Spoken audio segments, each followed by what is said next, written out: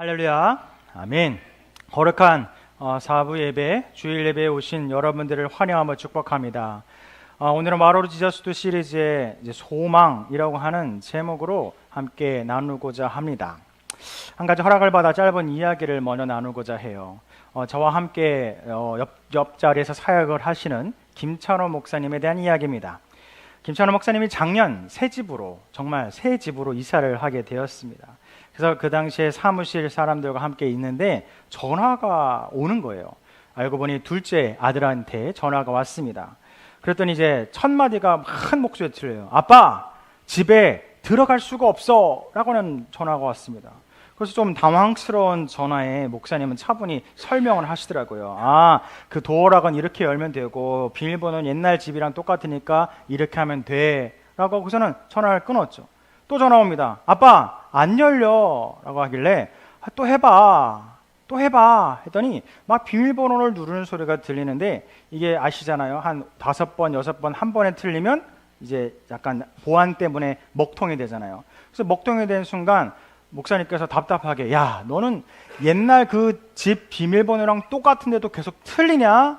좀 기다려봐, 좀 이따가 다시 시도해봐 라고 하고 전화를 딱 끊는 것을 옆에서 듣게 되었습니다. 저는 옆에서 이 상황을 보는데 좀 귀엽더라고요.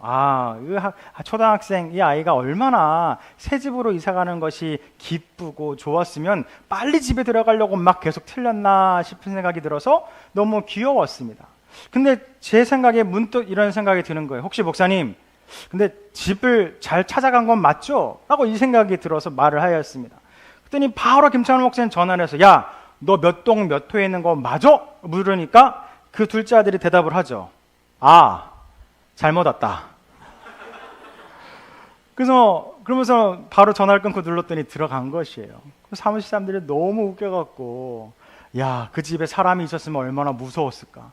만약 아들도 없는 집이면 엄마 아들이야 막 두들기고 계속 비밀번호 시도하고 발로 차고 두들기고 얼마나 무서웠을까라는 생각도 하게 되면서, 저 또한 이 짧은 이야기지만 이 이야기 속에서 저는 큰 교훈을 좀 얻게 되었습니다. 그렇지, 새 집으로 이사를 가는 그것이 결정되는 순간부터 얼마나 기뻤을까.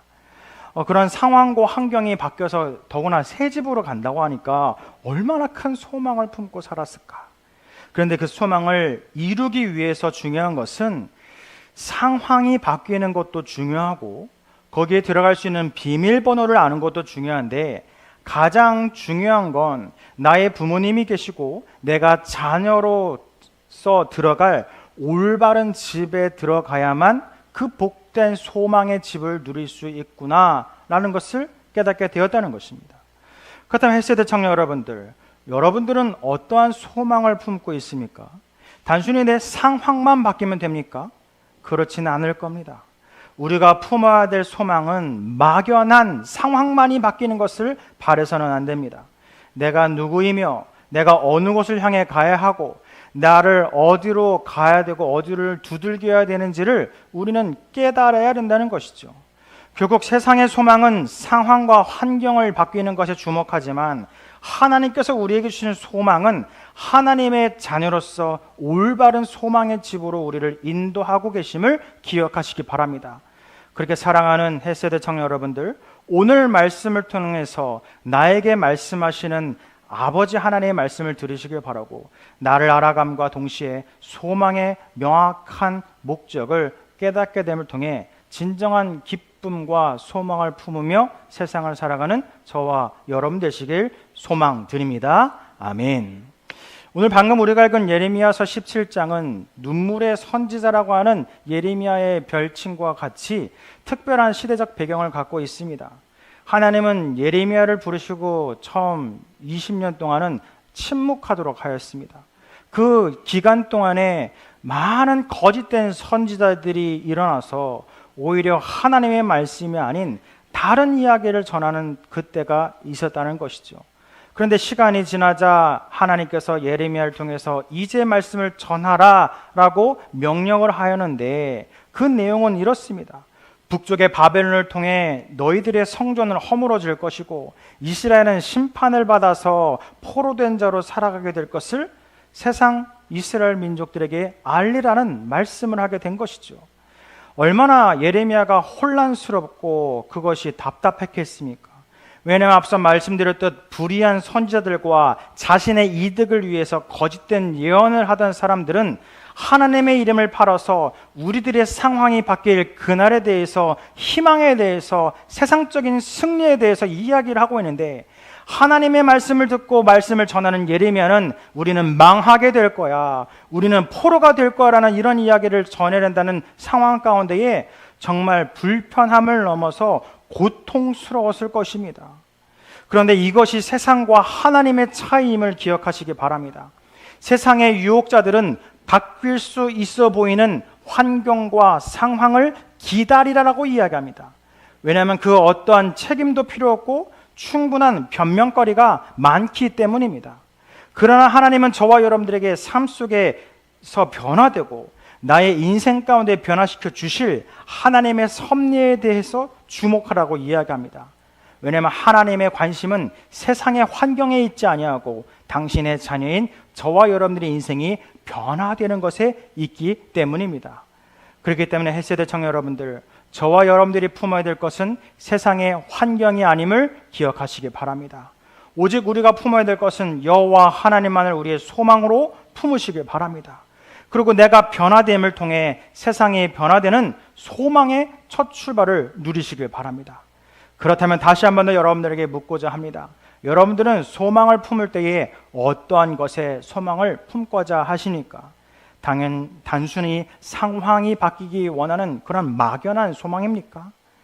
사랑하는 헬세대 청년 여러분들, 그러한 막연한 언제 있을지 모르는 희망 고문과 같은 세상의 변함에 소망을 품지 마시고 내가 변함을 통해, 나를 변화시킴을 통해 우리의 삶이 변화됨을 누릴 수 있는 복된 자녀의 삶 되시길 축복합니다. 아멘. 제가 통기타를 처음 배울 때 이야기입니다.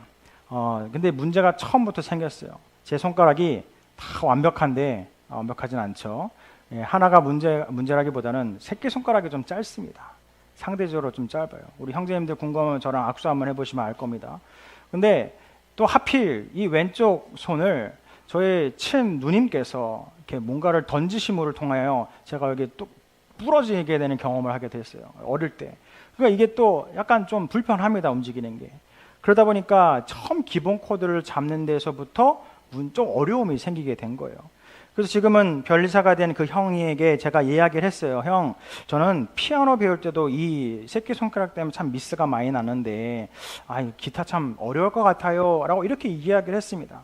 그때는 또 이분이 또 약간 진지하신 분이라서 이렇게 이야기하더라고요. 상철아, 언젠가 너가 목사가 될 것이지만 아직 신학생이니까 한마디만 할게 하면서 이야기를 하는 거예요. 너가 한번 하나님을 전심으로 찬양한다라고 하는 그것에 집중해 보면 어떨까? 라는 것을 이야기하면서 동영상 2개를 보여주더라고요. 하나의 동영상은 둘 다 아프리카 동영상인데 그냥 플라스틱 통을 뒤집어 놓고 드럼처럼 만들어서 신나게 찬양하는 영상이었고, 또 한 가지는 어떠한 사고인지는 모르지만 손을 사고로 잃은 아이가 기타를 바닥에 놓고 발가락으로 기타를 치면서 찬양하는 영상을 저에게 보여주게 된 것입니다. 그것을 보자 저는 변명할 여지가 없었습니다. 내 새끼손가락이 짧다고 약하다고 찬양을 할 수 없다라는 변명은 결코 할 수가 없었다라고 하는 것이죠. 우리는 문제를 만나면 가장 먼저 이 문제의 해결책보다 내 상황과 이유를 살핍니다. 주변의 상황과 환경 때문에 내가 이것을 할 수 없다라는 변명거리를 찾는 것일 수 있죠. 마치 그것이 건강일 수도 있고 재정일 수도 있고 삶의 배경이나 주어진 능력들일 수 있습니다. 그것을 또한 소망을 품는 것처럼, 그것이 변화되는 것이 소망을 품는 것처럼 느껴질 때도 있는 것이죠. 그러나 그것은 죄송한 이야기지만 망상에 가까움을 기억하시기 바랍니다. 찬양하기에 어려운 이유, 저에겐 충분했습니다. 손가락이 짧고 힘이 약하고 어렸을 때 다쳤기 때문에 못한다라는 상황과 이유를 대기하는 편했습니다. 그리고 그것을 위해 누군가는 이야기할 수 있죠. 상철아, 너가 이 기타를 잘 칠 수 있게, 또한 새끼손가락에 힘이 생길 수 있게 기도할게 라는 이러한 환경이 변하도록 하는 가벼운 이야기는 쉽게 할 수 있을 것입니다. 그런데 정말 삶의 변화가 일어나게 되는 것은 상황의 변화가 아닌 나의 마음의 변화임을 우리는 놓쳐서는 안 됩니다. 해세대 청년 여러분들, 그렇다면 여러분들에게 다시 한번 묻습니다. 우리가 믿음 생활하는 데 있어서, 예배하는 데 있어서, 기도하는 데 있어서, 찬양하는 데 있어서 우리가 못할 이유가 무엇이 있겠습니까? 삶이 바쁘십니까? 아니면 배움이 짧아서 지혜가 부족하십니까? 아니면 마음이 분주합니까? 아니면 불편한 사람이 있습니까? 아니면 다른 어떠한 이유가 있습니까? 결코 그것은 나의 상황일 뿐 나의 중심이 될 수 없음을 기억하시기 바랍니다. 내가 변하기 위해서는 상황을 탓하지 마시고 내가 변화해야 됨을 기억하시기 바랍니다. 그렇게 세대 청년 여러분들, 우리는 소망을 품음에 상황이 바뀌길 바라는 소망을 품지 마시고 그 본질의 소망을 품으시길 바랍니다. 막연한 건강을 기도하기 전에 이 건강함으로 이루고 싶은 구체적인 소망을 주님께 기도하시기 바랍니다. 재정을 기도하기 전에 나의 재정으로 구체적으로 하나님께 어떻게 쓰임받고자 하는지를 소망을 품으시기 바랍니다. 내 주변 환경을 기도하며 이 환경에도 불구하고 살아계신 하나님을 품고 섬길 수 있는 그 구체적인 소망을 우리가 붙잡을 때 저와 여러분들의 삶은 결코 변명거리의 삶이 아니라 실천적이고 변화된 인생을 살아가게 됨을 기억하시기 바랍니다. 그렇기 때문에 해세대 청년 여러분들, 거듭 묻습니다. 여러분은 무엇을 향해 소망을 품으시겠습니까? 5절은 오늘의 말씀 예레미야 17장 5절은 기록하죠. 여호와께서 이와 같이 말씀하시니라. 무릇 사람을 믿으며 육신으로 그의 힘을 삼고 마음의 여호와께서 떠난 그 사람은 저주를 받을 것이다 라고 기록하고 있습니다.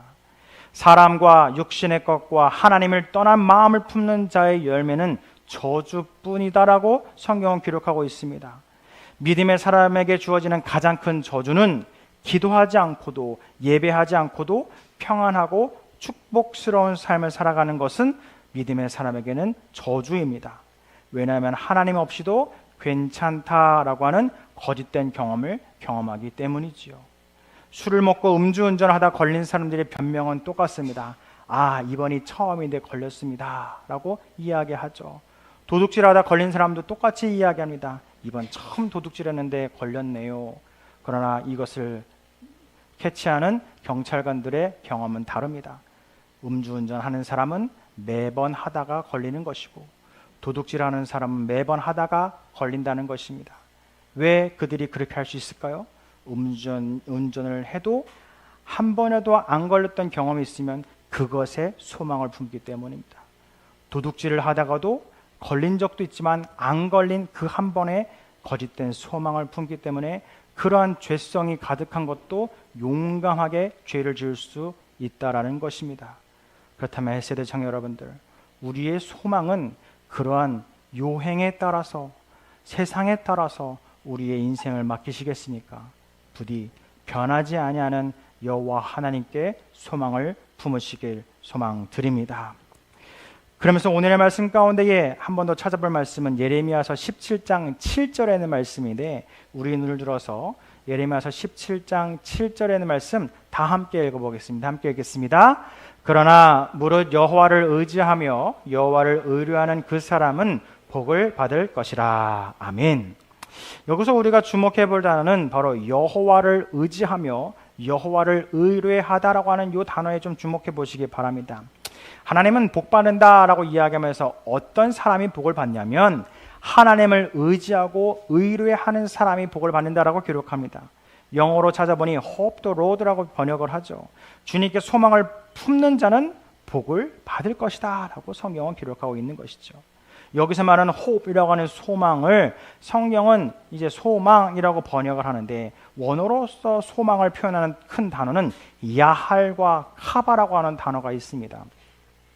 야할이라고 하는 히브리어는 기다리다라고 하는 시간에 대한 개념이 강하고 카바라고 하는 것은 동일하게 기다리다고 하는 뜻을 갖고 있는데 이것은 마치 줄이 팽팽하게 당겨져 있는 모습을 형상하여서 그것을 기다린다는 것을 볼 수가 있는 것이죠. 결국 소망이란 무엇이냐? 낚싯대에 물고기가 찌를 물어서 팽팽하게 당겨지는 낚싯대를 잡고 있는 것과 같은 그런 열심의 상황이 하나님을 향한 우리의 소망이라고 하는 것을 성경은 기록하고 있는 것입니다. 결국 하나님 없이 스스로를 믿고 사는 사람, 환경만을 바뀌기 위해 아무 노력도 하지 않은 사람은 6절과 같이 그는 사막의 떨기나무 같아서 좋은 일이 오는 것을 보지도 못하고 광야, 간조한 곳, 건건한 땅, 사람이 살지 않은 땅에 사는 것과 같다라고 기록하고 있습니다. 반면 하나님께서 소망을 품고 살아가는 자는 오늘의 말씀 8절과 같이 그는 물가에 심어진 나무가 그 뿌리를 강변에 뻗치고 더위가 올지라도 두려워하지 아니하며 그 잎이 청청하며 가무는 해에도 걱정이 없고 결실이 그치지 아니함 같다라고 성경은 기록하고 있다는 것이죠. 정리하자면 나 자신을 믿고 살아가는 자는 사막 한가운데 있는 외로운 떨기나무와 같습니다. 신세 한탄하며 환경만을 탓하고 언제 올지 모르는 비만 쳐다보고 있는 빈 하늘만 쳐다보고 있는 그러한 사람과 같은 말이지요. 그러나 주변에 아무것도 없는 건조하고 사람이 살지 않은 땅이라 할지라도 그 뿌리를 강변까지 뻗치기 위해서 노력하는 자는 더위가 와도 두렵지 않고 그 잎이 청청하고 가무는 해에도 걱정이 없어 열매가 넘친다라고 성경은 기록하고 있는 것입니다. 결국 세상 사람들은 나무가 물가에 심어져 있기 때문에 더위가 와도 두렵지 않을 거라고 판단하지만 사실은 아무리 나무가 물가에 심겨져 있다 한들 뿌리가 온전하게 내리지 못한다면 역시 메말라 죽을 수밖에 없다는 것이죠. 말을 물가로 데려갈 수는 있어도 마시게 할 수는 없다는 속담과 마찬가지입니다.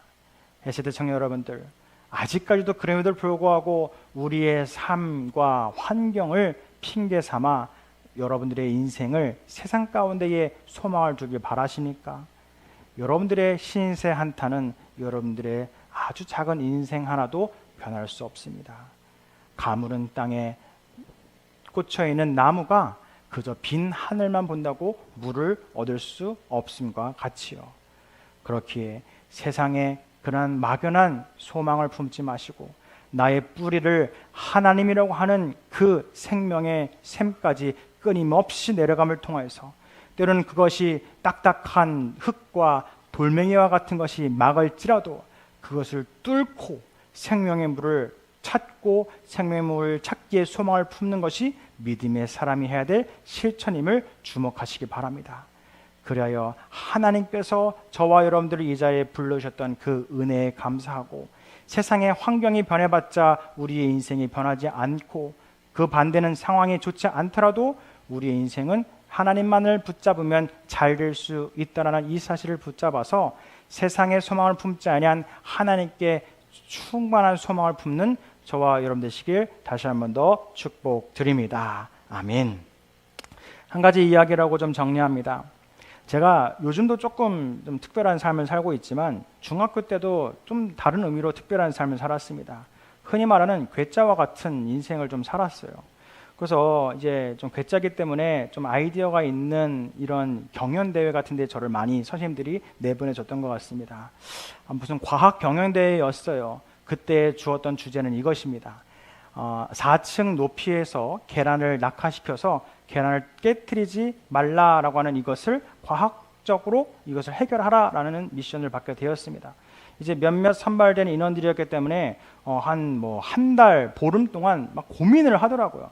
낙하산을 만드는 친구도 있었고 빨대와 같은 가벼운 것으로 어떻게 완충제를 만드는 친구도 있었고 나무 젓가락으로 무슨 희한한 무슨 모양을 만드는 인원도 있었고 거의 한 달 내내 씨름을 하고 있더라고요. 저는 이것을 그들을 바라보면서 아이고 참 고생한다라는 생각을 하다가 하기는 해야 되니까 이제 시합 전날이 되었을 때 제가 했던 행동을 말씀드립니다. 그래서 뭐였냐면은 주차장에 있는 이제 폐기물 처리장을 재활용 쓰레기장을 찾아가게 되었습니다. 사실은 한 요 정도 되는 박스를 찾으려고 했는데 가보니까 대박인 게 하나 있는 거예요. 어느 집이 냉장고를 바꾼 것이에요. 그래서 냉장고 박스를 집에 주워 왔습니다. 그리고 나서 그때 지금도 생각이 나는데 스펀지 하나에 500원이었는데 이 냉장고 박스에 가득 스펀지를 꽉 채웠습니다. 한 몇만 원 들었던 것 같아요. 그 다음에 할 행동을 알겠죠. 그 냉장고를 이고 시합 당일날 저는 도착하였고 계란을 받아서 냉장고 박스 안에 스펀지가 꽉 차 있는 그곳에 계란을 쑤셔 넣은 다음 테이핑을 하고 4층에 올라갔습니다. 그래서 이걸 창문에서 던지려고 하는데 밑에서 소리를 지르더라고요. 안 돼! 안 돼! 안 돼! 막 이러더라고요. 그래서 뭐가 안 됩니까? 하고 던져버렸죠. 자, 그 결과가 어떻게 됐을까요? 참고로 우수상을 받긴 받았습니다. 네, 어떻게 됐을까요? 계란이 깨졌을까요? 안 깨졌을까요? 안 깨졌죠. 안 돼, 안 돼 하지만 나도 안 돼요. 예, 이미 무겁습니다 하고 던져버렸어요. 4층에서 던졌는데도 아무렇지도 않더라고요. 제가 뭐 장담까지는 못하겠지만 해본다면 아마 아파트 10층에서 던져도 계란은 안 깨졌을 것 같아요. 완벽했거든요. 와, 그때 너무 경험해서 그래서 아마 저 이후로 좀 더 그 대회 규정이 좀 세분화되어서 뭐 규정이 생기고 했던 것 같은데 규정에 없으니까 자유 규정이었으니까 그렇게 던지게 된 것이죠. 저는 요 내용도 저의 인생의 큰 포인트입니다. 뭐 잘했다, 상 받았다 이것이 아니라 그래 뭔가를 의지한다, 뭔가 믿는다 하는 것은 뭔가 그냥 지지부진하게 하나하나 하는 것은 뭐 제 성격에도 맞지 않고 하나님의 방법도 아닌 것 같습니다. 이왕 하나님을 믿는다, 하나님을 의지한다는 것은 어떤가? 큰 냉장고 박스에 스펀지를 가득 채우고 거기에 조그마한 달걀을 넣고 의지함과 같이 하나님의 그 큰 품 안에 우리는 전적으로 의지하여 들어가야 된다는 것이죠. 아무리 사막에 가물었다고 하더라도 오아시스는 존재합니다. 그리고 사막이 아무리 황폐하다 하더라도 그곳에 살아남는 나무는 있습니다. 그 나무가 살아남는 방법은 뿌리를 깊이 내리는 방법이라는 것이죠. 그리고 가장 좋은 것은 그 뿌리가 마르지 않는 샘에 연결이 되고 그 놀라운 물된 동산과 같은 그곳에 그 나무의 뿌리가 닿게 되면 아무리 비가 오지 않는다 하더라도 아무리 춥고 덥고 바람이 많이 분다 하더라도 그 나무는 깊은 뿌리와 수분을 공급받기에 건강하게 잎사귀도 만들 수 있고 열매를 맺을 수 있다는 것을 기억하시기 바랍니다. 소망이란 이렇습니다. 내 눈앞에는 하나의 기도의 제목 하나하나를 주님께 의지하는 것이 소망이 아닙니다. 전적으로 나의 인생을 주님께 맡기는 것이 그것이 소망이라는 것이죠.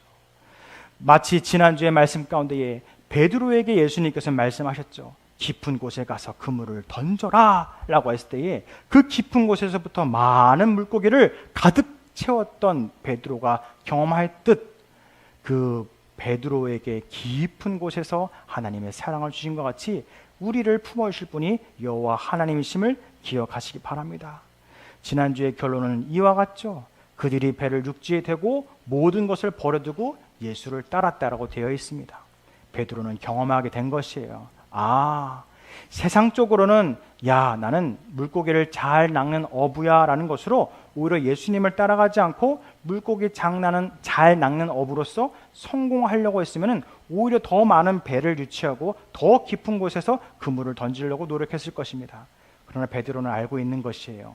내가 깊은 곳에서 수고하는 노력보다 더 중요한 것이 무엇이냐면 바로 예수 그리스도를 따라 살아감으로 소망의 삶을 사는 것이 중요하다는 것을 깨달았기에 베드로는 깊은 곳에 그물을 낚는 어부를 포기하고 예수 그리스도를 따라 살아가는 제자의 삶을 살아갔다라는 것을 기억하시기 바랍니다. 또한 예수님께서도 이와 같이 하나님을 따라 살아갔습니다. 마지막 십자가에 매달리기 전 하나님께 기도하였죠. 아빠 아버지요, 아버지께서는 모든 것이 가능하오니 이 잔을 내게서 옮기시옵소서. 그러나 나의 원대로 하지 마옵시고 아버지의 원대로 하옵소서라고 하는 이 기도를 하나님께 드림을 통해서 예수님 또한 하늘을 향해 소망을 품었음을 볼 수가 있는 것이죠.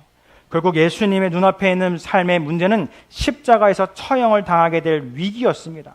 그러나 예수님은 알고 있는 것이에요. 하나님께서 능히 이 상황과 환경을 바꿔주실 것을 알고 있었습니다. 기도한다면.